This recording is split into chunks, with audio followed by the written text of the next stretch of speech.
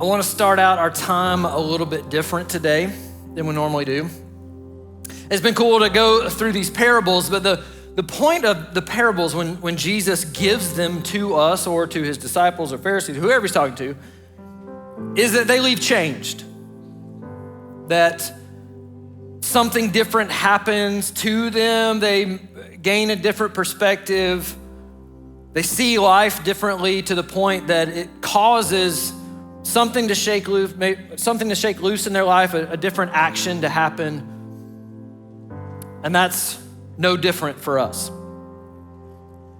So I want to start out, and sometimes our heart has to follow action. Because let's be honest, we have an enemy that maybe even for some of us in this room, he began to attack you this morning, try to get you to not come, try to distract you. Maybe you had a fight before you got here with somebody in your family. I know that doesn't happen to anybody else but the Elliott household, right? But whatever it is, maybe you got some bad news. Maybe it's been a tough week. Maybe it's been a tough year. But let's take just a minute. Change our posture, our position for just a second, and ask God to do what he set out to do through these parables, and that's to change us. So that we don't leave this room the same, but we leave changed, transformed by the power of the gospel. So I want you to do something specific this morning, and half of you are sweating bullets right now because you have no idea what I'm about to ask you to do. But it's simple. And normally it is simple. Nothing earth-shaking, just a simple gesture, action, posture. Just say, God, whatever you want. So I want you to do something. As you sit in your seat, I want you to take your hands and I just want you to open them up.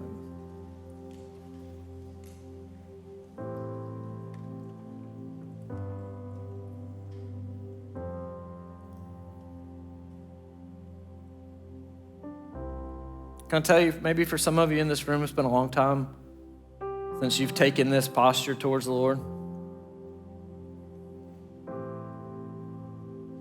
Maybe you've never taken this posture towards the Lord. Maybe it's always like this. Man, I hope it's freeing for you to just let go for a minute and allow God to take over.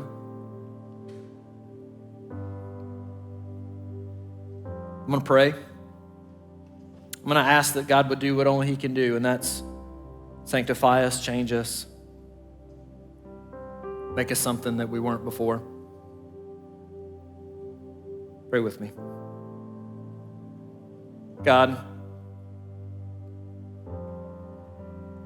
we know that we have no power to change ourselves. We are not good enough. We don't have anything apart from you. That everything that we are and everything that we have comes from you, God. God, I pray that you would put aside any distractions that we may have. You would dispel them, push them away, and you would speak to us clearly over the next few minutes. God, I pray that I wouldn't speak anything that comes from me, but it would only come from you, because nobody wants to hear from me. They only want to hear from you. You're the only one that can change, save, renew, restore, make what was wrong right. So we open up our hands, we open up our heart, and we ask that you would change us through the power of your word and the might of your gospel. We love you and we thank you. In Jesus' name, amen. So over the past few weeks, we've gotten the privilege, which has been I think really once in a lifetime thing within the life of our church, to gain this type of perspective. We've been going through parables for the last few weeks as we have invited in other pastors that aren't just random guys. These dudes have come in and they are people, churches, or they represent people in churches that we as Revolution have been able to pour into, whether that's resource or whether that's wisdom, whether it's encouragement, friendship, all that kind of stuff. And we've been able to see what happens even outside the four walls of our church as we begin to just push out and see the gospel go even further than any of us could ever imagine. Not only in our own state, as these guys have planted churches, but other states, even other countries, which is, absolutely amazing to know that we get to be a part of something that big. That it's not just really the four walls of our church or our seats, but it goes way beyond that to fulfill even what Jesus said is go spread the gospel to the ends of the earth. And I hope that really makes you excited. And if you haven't listened to the guys that we brought in from the outside to speak to us, it's worth going back and listening because these guys, they have trusted in Jesus to the point that they have upset their whole life in the pursuit of their call and what God has asked them to do. And they're worth listening to. And then you've gotten to hear from, obviously the guys that God has called into ministry in our own church to preach, and they are phenomenal, and I enjoy hearing those guys every time they step on stage. So if you haven't listened to these, go back and listen to them, catch up, because man, what they have to say, it's good, and it's worth taking our time. Today, we're gonna continue with a parable that I think it's really important, I think, in this time of the year. It's not happen chance that we're talking about this because I think it's really pertinent to what's going on in our life, and it is worth examining on a regular basis. And we're talking about today probably a well-known parable called the parable of the talents.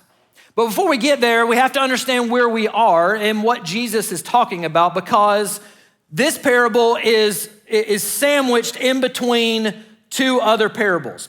And Jesus is trying to explain something that we don't fully understand because we haven't seen it. And he's trying to lay out this scenario for us so that we can walk in it, understand it, and operate in it.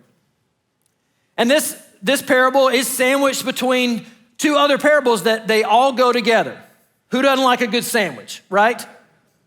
Especially, it's getting about that time.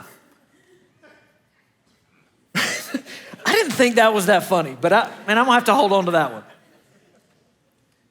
But Jesus has sandwiched this parable in between two others. It's super important to understand why. The first parable, the top piece of bread, is the parable of the 12 virgins. And it talks about these 12 virgins that are waiting on their bridegroom to come.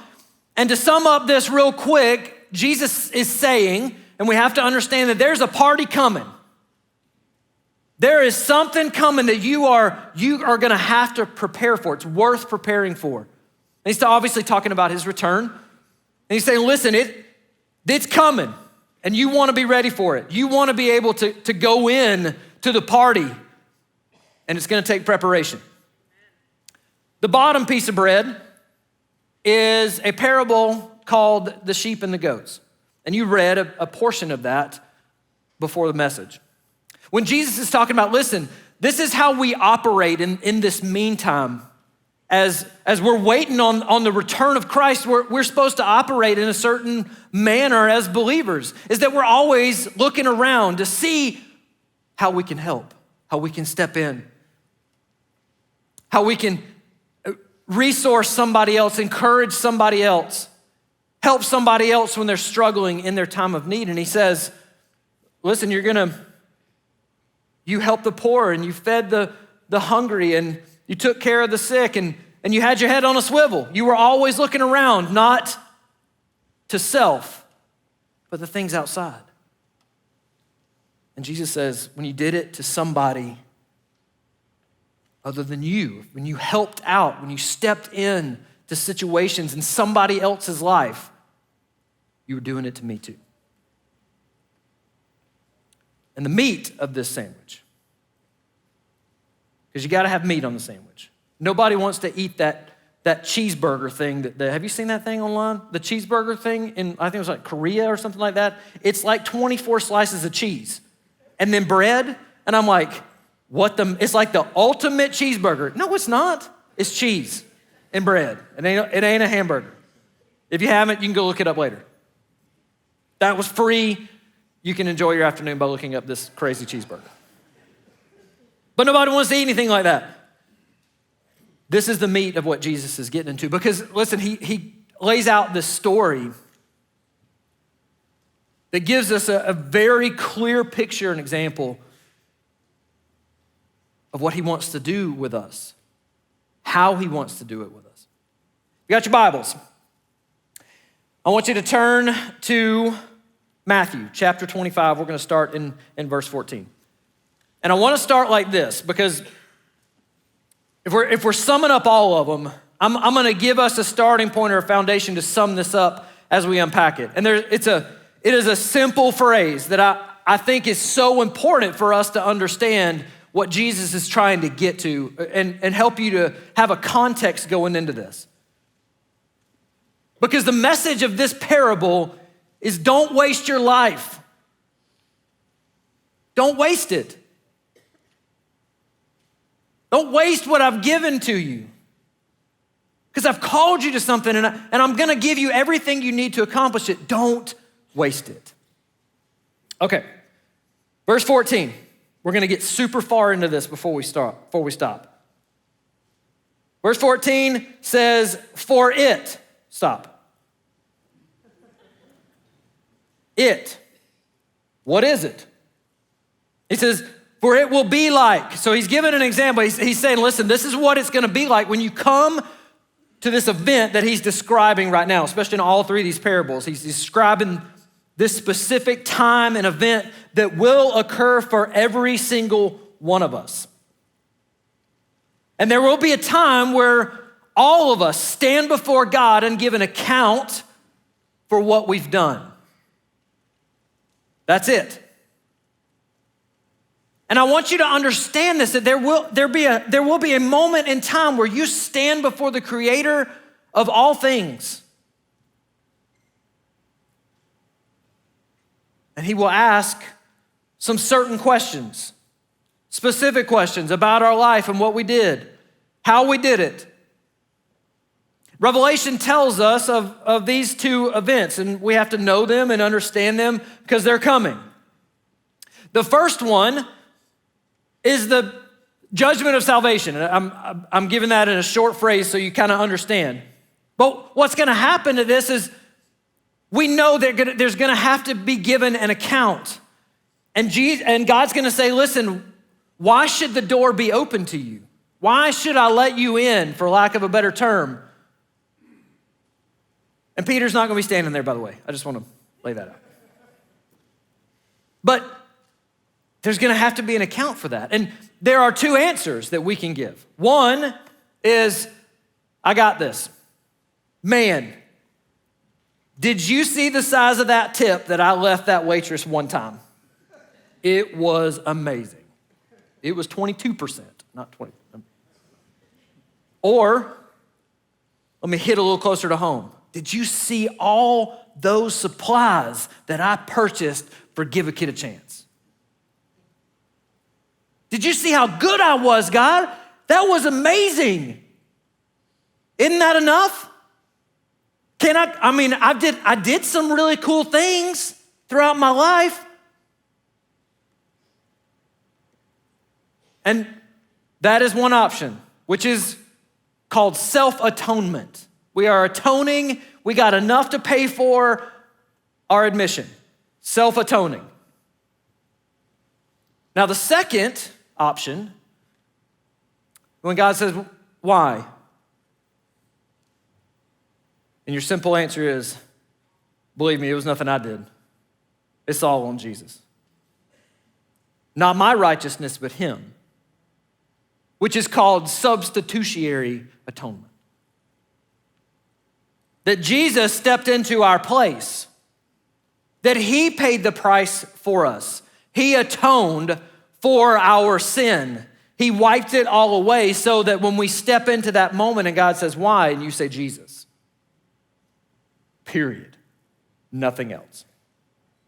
Now there's a second type that Revelation points out to us, and that is how we account for the resources and time that we were given. What we did with it. And Jesus here is laying out, this is what he's laying out in this parable, is what it's gonna be like. When we stand in that moment and God says, well, what did you do with what I gave you? How did you use it? And here's the cool thing. Jesus tells us, we don't have to guess. We don't have to be like, well, I'll just start making some stuff up and hope it's good. Jesus tells us exactly what we're supposed to do. For it will be like a man going on a journey. Now we have to understand the characters in the story, or we're not going to get very far. The man in the story is God. He's going on a journey. And no doubt that Jesus is setting up what's about to happen to him, how he is going to be crucified. He's going to be resurrected on the third day, and then he will go away. And he's saying, listen, I'm giving this thing to you. I've shown you what to do, go and do it. But it'd be like a man going on a journey. The man is God, who called his servants. Who are the servants? Us. And entrusted to them his property. Whose property was it? His. It's important for us to understand all those scenarios, because throughout this story, as we unpack it, God is speaking to us. And he's speaking to us about what he gives us. And you're going to understand in just a second that what he gives us, we didn't earn, we didn't get. He gives it, and he gives all of it.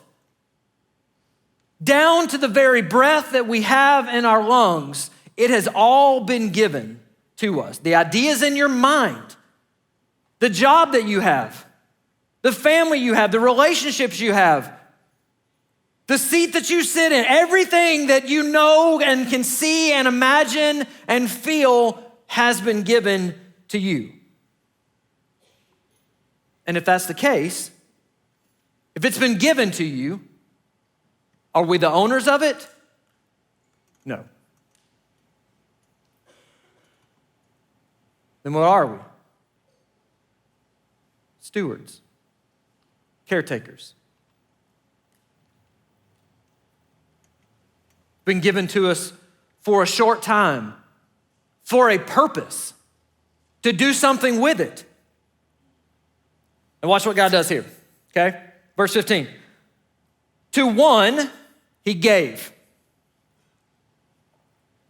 5 talents. To another 2, to another 1. To each according to his ability. Then he went away. He gave him 5 talents, 2 talents, 1 talent, 3 guys. Now, what's a talent? In what is described here, a talent's not like something that you're good at, like I can play guitar, right? That's not what he's describing. He's actually describing a weight, which is about 80 pounds. And in that day, the currency was silver.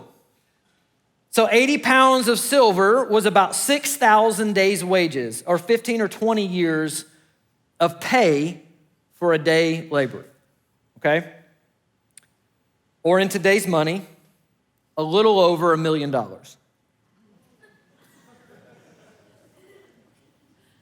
So $5 million, $2 million, $1 million. And it has absolutely nothing to do with the money. I want you to understand that. I want you to get that out of your mind. It has nothing to do with the money. It has to do with how valuable it is.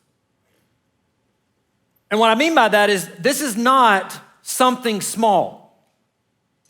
This master, this man has handed over to his servants something very, very significant. life-changing. It's not like, here's $5, I'll be back in a little while. He's given them something that, literally will transform their life. Will give them resource to do all kinds of stuff, good or bad. He's handed them something that it is either going to enrich or destroy. It's significant. The second thing that we have to understand is that he gives each of them the amount that he gives them based on their ability. What does that tell us? It tells us one thing, that they have this master of these servants has a relationship with them. He knows them.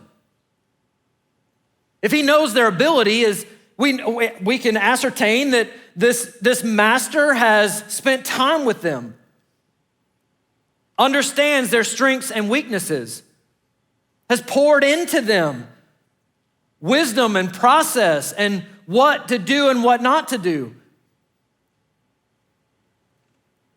The master has tested them. How do you know somebody's ability? The only way to know is to test them, which takes time and effort. It doesn't just happen over time. If you've ever led somebody or have discipled somebody or mentored somebody into something to get them to a certain level or for them to gain an attribute, then you know that it takes time to do those things. And you figure out different things about each other along the way. But the master took time to do this. The master is calculated and merciful.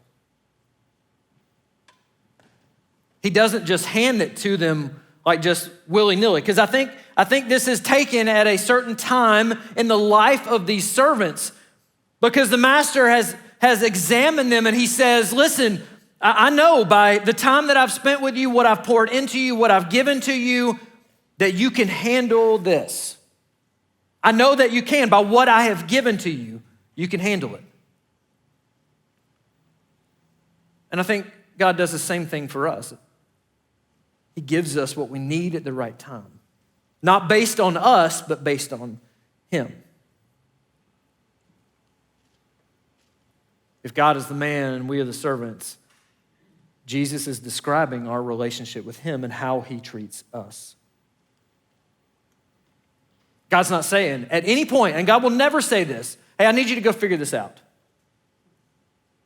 I'm not going to give you anything. I'm not going to help you. I'm not going to be there with you. That's not our relationship with him. He steps in. He is present every step of the way. He's not asking for anything on top of what he's shown us. Verse 16. He who had received the 5 talents went at once and traded with them, and he made 5 talents more. So also he who had 2 talents made 2 talents more. But he who had received the 1 talent went and dug in the ground and hid his master's money. Again, we have to understand they received it. He gave it to them. They received it. They didn't have it before. And then they went at once. The 5 and the 2, they went at once. Immediately. And the reason that this is important is because we know that delayed obedience is disobedience. Delayed obedience is disobedience. Now, I have a 14-year-old son. I live in the midst of this right now. And it's funny because Isaac, he told me, he was like, Dad, will you add me into the message? I was like, absolutely, I will. Perfect. He's listening to the message already, so we've already hashed this out. And I'm telling you, I love Isaac to death. Man, he is such a joy. But I know That when I go to Isaac and I say, hey, buddy, I need you to clean up this room because there are things growing in that room that are ungodly.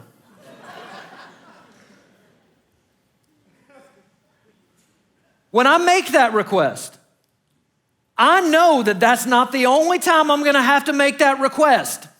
I'm gonna have to go back to him again and be like, you don't understand. Our house is about to implode if you don't clean that room up, right? And I know like in that process, and you see this happen, like I ask him to do it, and literally like 5 seconds later, something has distracted him to the point that he doesn't do it. But if I look at my own life, man, how often does that happen? When God has asked me to do something or shows me what to do, and I'm like, oh, squirrel. Something shiny over there, right? And the danger, and this is important to understand, is that the danger in the delayed obedience is when there's time in between what's been asked of us and the execution of it, things distract us, they get in the way. We begin to make excuses sometimes that, is that really what he said? I forget. He didn't mean that. He didn't mean this. I can kind of make up my own way, do it differently than how he asked me to do it. I don't really need to do it at all. It's fine. That's what happens over the passing of time with this delayed obedience. But these guys, first two, they went at once and did what they were supposed to do, what they knew to do. All right, verse 19. Now, after a long time, the master of those servants came and settled accounts with them. And he who had received the 5 talents came forward, bringing 5 talents more, saying, Master, you delivered to me 5 talents. Here, I have made 5 talents more. His master said to him, well done, good and faithful servant. You have been faithful over a little, I will set you over much. Enter into the joy of your master. And he also, who had the 2 talents, came forward saying, Master, you delivered to me 2 talents. Here, I have made 2 talents more. His master said to him, well done, good and faithful servant. You have been faithful over a little, I will set you over much. Enter into the joy of your master. Now we have to examine what's going on here to understand what's happening. These 2 guys, they were given the 5 and the 2 talents. They react a certain way when the master comes back. First, they come forward. They come forward to return their talents. I think we have to acknowledge that because it's important that they take the posture, we're returning this. What could have happened is, I got $5 million. I'm out, right? I'm leaving. I'm gonna go away because, I got all this money. Or $10 million. $10 million, I'm leaving. I'm getting out of here, right? So they present it to him. The second thing, super important, they started with gratitude. They started with being grateful, understanding that they had been given what they had. Because they say to him, Master, you delivered to me 5 talents. All this came from you.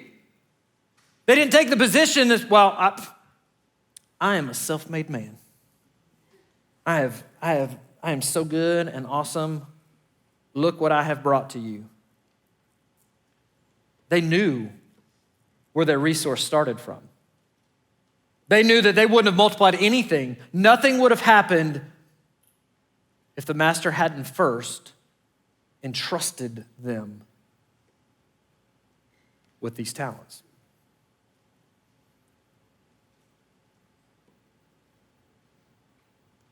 If you don't hear anything today, man, listen to this. Because this is And Jesus is about to explain something that is so crucial for us to understand as believers. When we strive to emulate the master and what pleases him. What pleased the master, and it says it in here. Well done, good and faithful servant. You have been faithful over a little. I will set you over much. The master didn't say, oh, thank you for making me a whole lot richer than I was. That's not what he said. That's not what his focus was on. He said, well done, good and faithful servant. What pleased him was the faithfulness of these guys. The faithfulness of them. And what that means, and I hope you understand this, is that God's not after anything that you can create and make.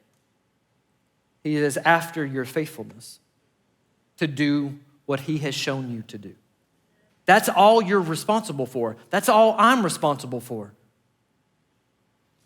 Is to emulate, to copy what Jesus has done, and I do the same thing. I don't have to make up anything. I don't have to come up with anything on my own. What I'm responsible for is just to do what Jesus does. And then on that day, again, that Jesus is describing when we stand before God and he says, what did you do? I did what Jesus did. I followed Jesus. I tried to copy what Jesus would do.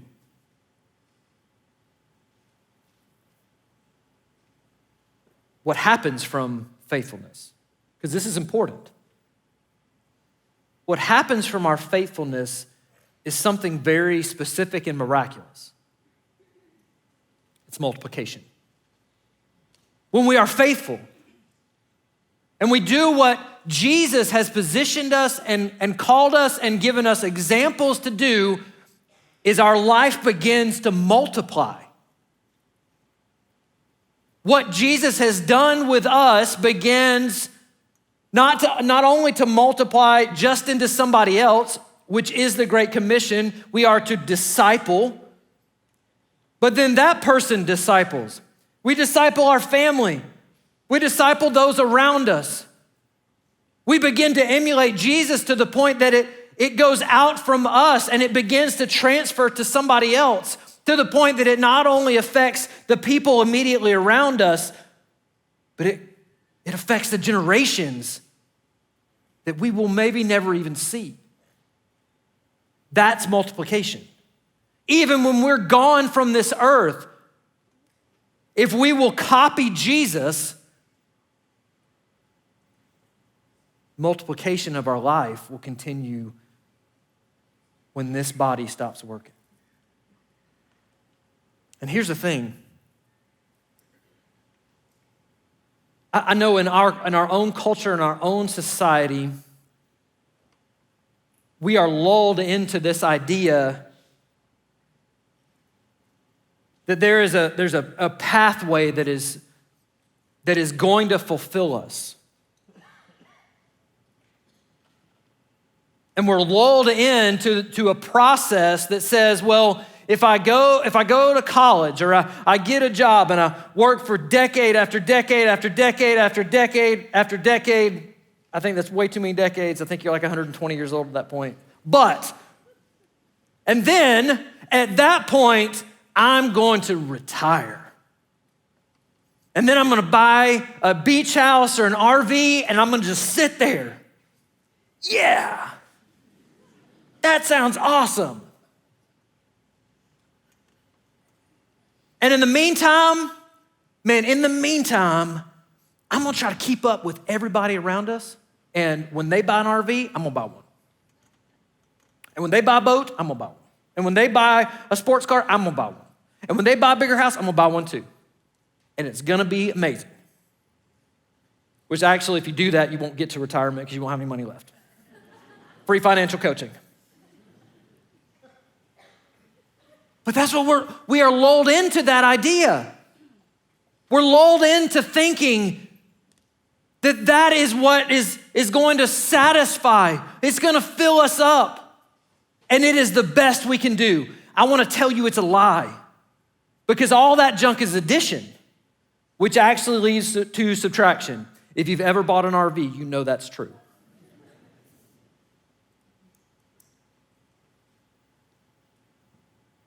Jesus is calling us to an equation that equals not just these additional things that we can add for a temporary time in our life. He's giving us a model of multiplication that does not end. It does not stop. The gospel will not quit when it is planted and started in us. The second thing that I need you to know is that this also addresses the trap and destroys the trap of comparison. That we just compare ourselves to everything else. And we've got to stop that junk. We have got to start just looking at Jesus and saying, okay, it's not about everything that I'm looking at over here. I just need to look at Jesus. That's all I'm responsible for. That's all I'm called to. That us going on Instagram is not what we strive for. And what we see in people's highlight reels is what we strive for. But we come back to the truth of the master and we say, what has he asked me to do? Okay, now to the last servant. And he also, who had received the 1 talent, came forward saying, Master, I knew you to be a hard man, reaping where you did not sow and gathering where you scattered no seed. So I was afraid, and I went and hid your talent in the ground. Here you have what is yours. But the master answered him, you wicked and slothful servant. You knew that I reaped where I did not sow and gathered where I scattered no seed. Then you ought to have invested my money with the bankers, and at my coming I should have received what was mine with interest. You see a different posture from the third guy. He comes and first he starts accusing his master. No gratitude. He says, I knew you were a hard man. Now listen, if you want a raise from your boss, this is bad. Don't go to him and be like, listen, you're kind of a jerk. It's up and to the right from here. Now that I've imparted that to you and you know that you're a jerk, you can change your ways. Don't do that. Don't do that, okay? But that's what this servant does. He comes, everything that this master has given to the servant, and he comes in like, I knew you were a hard man. And then he takes his self-righteous posture and he starts calling out his methods. He says, well, I know that you reaped where you did not sow and you gathered where you scattered no seed. And he takes his self-righteous posture and he's like, I don't even know if your methods work real good. They may not even be ethical. What do you think about that?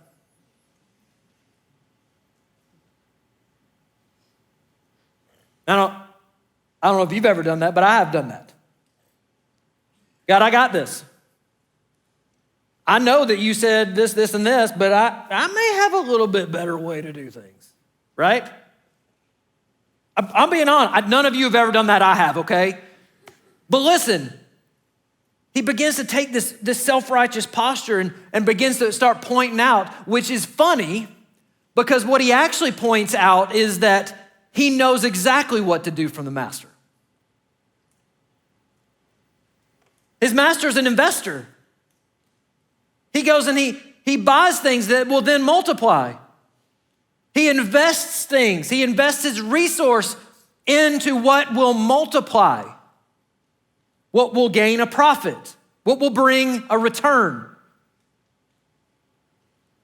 And the servant says, well, I don't know if that's going to work. And he makes all these excuses. He knew what to do. But our God is a God of action.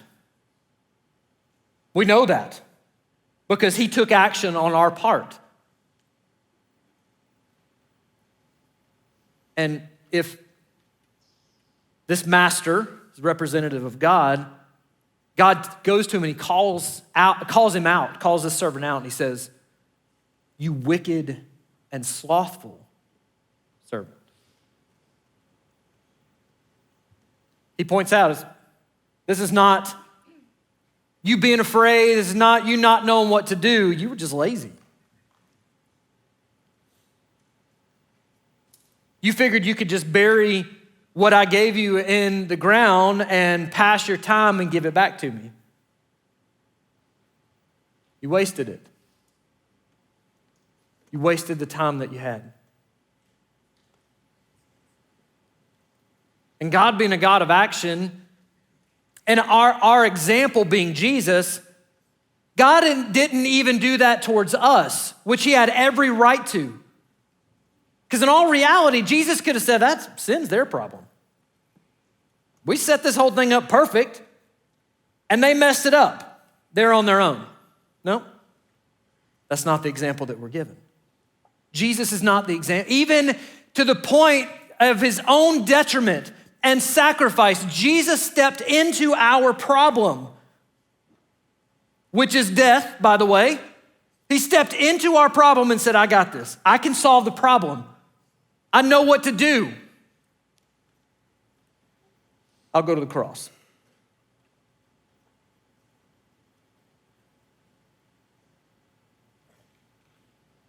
An example that we're given, God says, listen, I've given you everything that you need. Take action. I've shown you what to do. I've given you the resource that you need to do it. Just take my example. Verse 28, we'll finish out. So take the talent from him. He says, Master says, take the talent from the third guy that buried it and give it to him who has the 10 talents. For to everyone who has, more will be given, and he will have an abundance. But from the one who has not, even what he has been given will be taken away. And cast the worthless servant into outer darkness. In that place there will be weeping and gnashing of teeth. The only point I have for this message. And it is the point of this parable. Don't waste your life.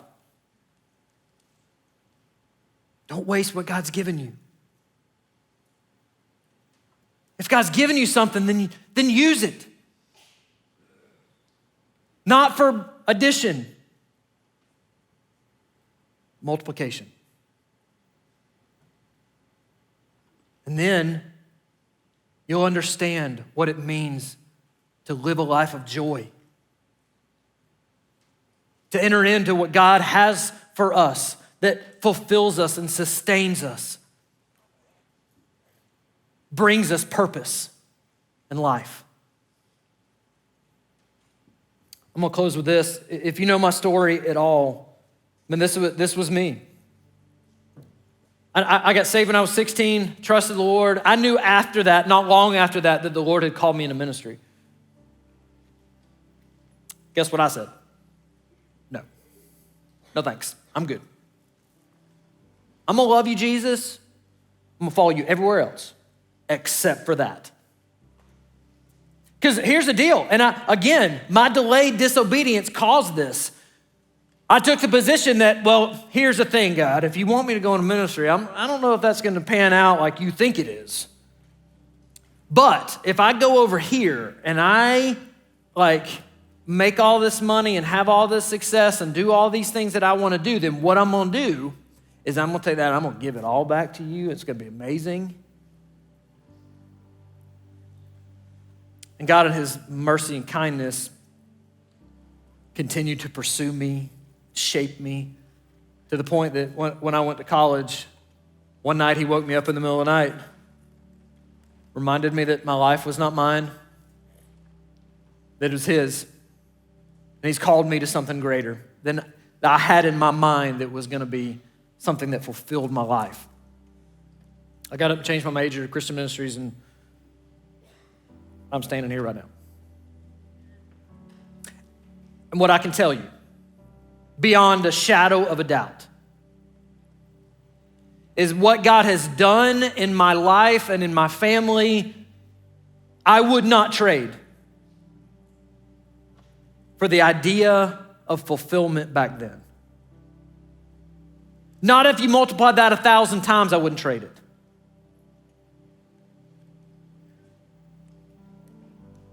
And that's multiplication. And here's the incredible thing. It wasn't even me that did it. Can I tell you, God did that in me? I can't take credit for any of that. God even placed the faithfulness inside of me to even change, reposition myself, redirect myself, to take a posture of repentance from where I was going to where I needed to go. And in his loving kindness, as a good father, he said, I've got so much better for you if you'll just surrender to me. My question for you is, do you have buried talents? Have you buried some stuff? Things that God has asked you to do, resource that he's given you that maybe you just put in the ground or put it somewhere else other than copying him with it. And here's the open hand part. Go dig it up. If you can hear my voice in this place, it's not too late. You're not standing in a place where you're giving an account for what you've done. There's still time. You still have the ability to go dig that talent up and begin to use that resource with the example that Jesus has given us. Now go do it. You can't unknow now. Sorry. But I promise you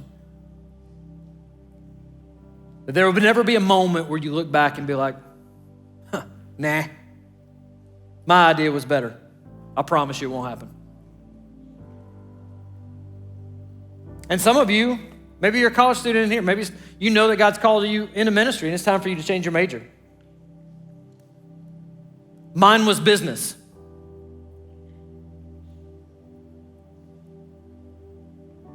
Maybe for you, maybe it's somebody that it's time for you to forgive or ask forgiveness. Maybe it's some things that you have taken on and you say, well, I know that that's God's way to do it, but I'm not going to. Because of, it cost me too much or too much time, too much resource, whatever the excuse is. Or I don't even know if that's the right way to do things anyways. And sometimes it's as simple as, hey, I need to start serving in my church. Maybe you've sat here for a long time. You've warmed your seat long enough. It's time for you to step in and say, God, where have you equipped me? What are the talents that you've given me to invest in my church? Maybe for some, it's time for you to start tithing. Say, listen, I know that God's given me a resource.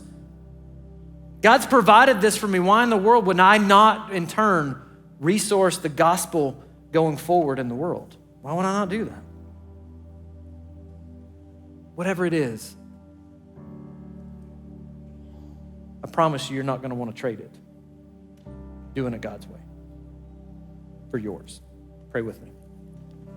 God, we love you. We thank you for the truth of your word. I pray, God, that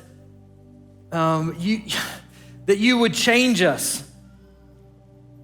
Please don't let us walk out of this room and say, I don't know if what he's saying is true. I'm going to keep doing it my way.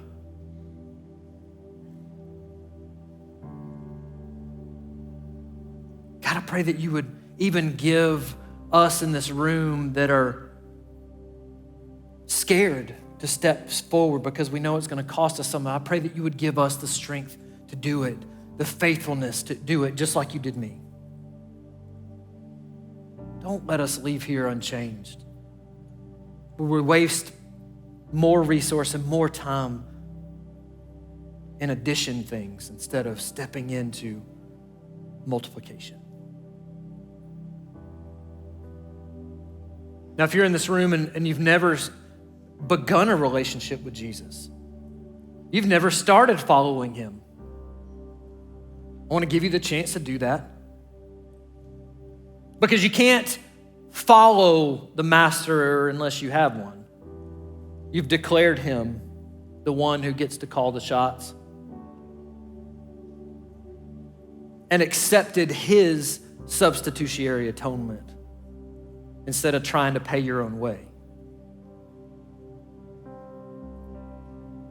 And it's time today just to surrender your life to him. And if that's you, I just want you to, I'm gonna pray with you.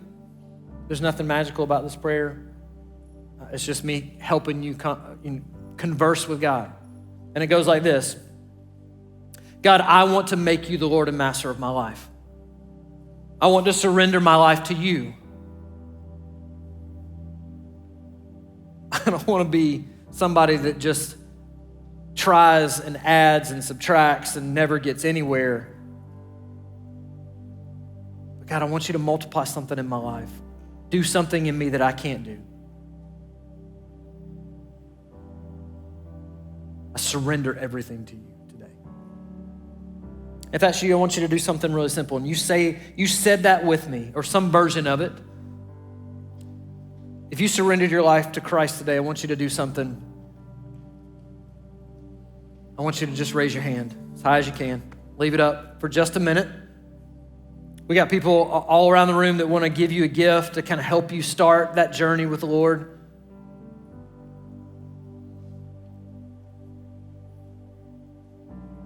For the rest of us in the room,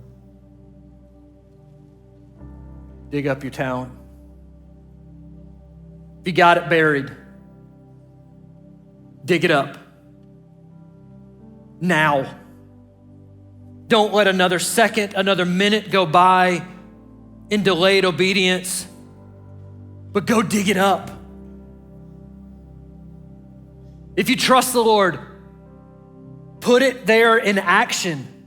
Put your trust in action and allow God to do in you what only he can do with his resource and his power and his ability.